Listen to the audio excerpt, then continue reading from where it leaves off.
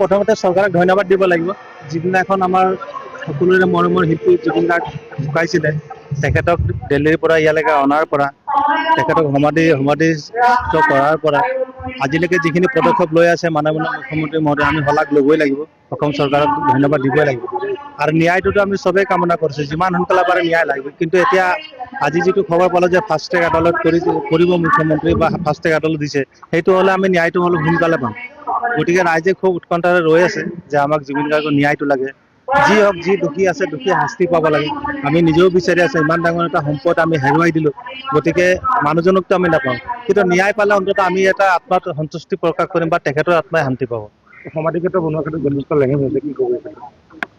লেহেম বুলি মই ক'ব বিচৰা নাই। প্ৰথম কথা, আমি খুব সোনকালে কিবা এটা কৰি লৈ বেয়া হোৱাতকে যদি দুদিনমান টাইম লৈ খুব ধুনীয়া, যিহেতু এটা সমাধিশাল এটা শান্তিৰ এটা স্থল নিচিনা হ'ব। গতিকে এটা প্লেনিং কৰি যদি বস্তু কৰা নহয়, বস্তুটো পিছত আখুৱা থাকি যাব। আৰু আখুৱা থাকি গ'লে মানুহে ক'ব কি বনালে, কেনেকে বনাই দিলে, ইমান দৌৰা-দৌৰি কিয় বনাই দিলে।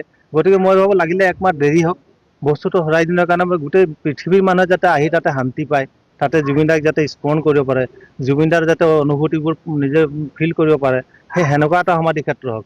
এনে এটা সমাধি ক্ষেত্ৰ যধে মধে পটককে বনাই দিলে মানুহ সমাধি ক্ষেত্ৰ হ'ব, কিন্তু জুবিন গাৰ্গৰ যিটো আমি বিচাৰি যিটো আছো, ৰাইজে যিটো বিচাৰি আছে, সেই বস্তুটো মই ভাবোঁ নাপাব।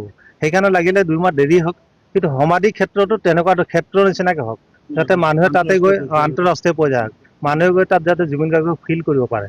এটা শান্তিৰ এটা জুবিন গাৰ্গে যেনেকুৱা ধৰণৰ এটা পৰিৱেশ বিচাৰে তেনেকুৱা এটা হওক।